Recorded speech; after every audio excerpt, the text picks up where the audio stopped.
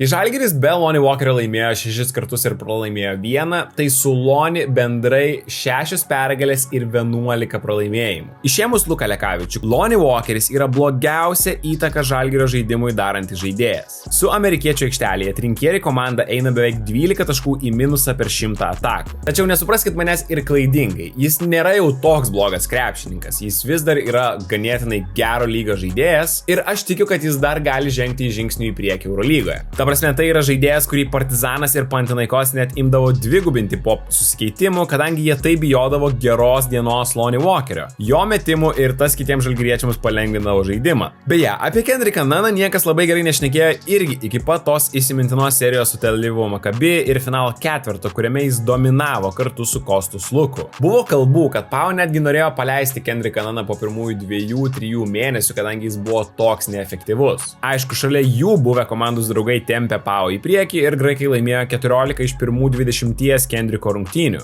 Lonnie statistika per tą patį laikotarpį per praktiškai identišką skaičių rungtynių labai panaši. 13,6 taško, 39% pataikymas ir 33% tritaškių.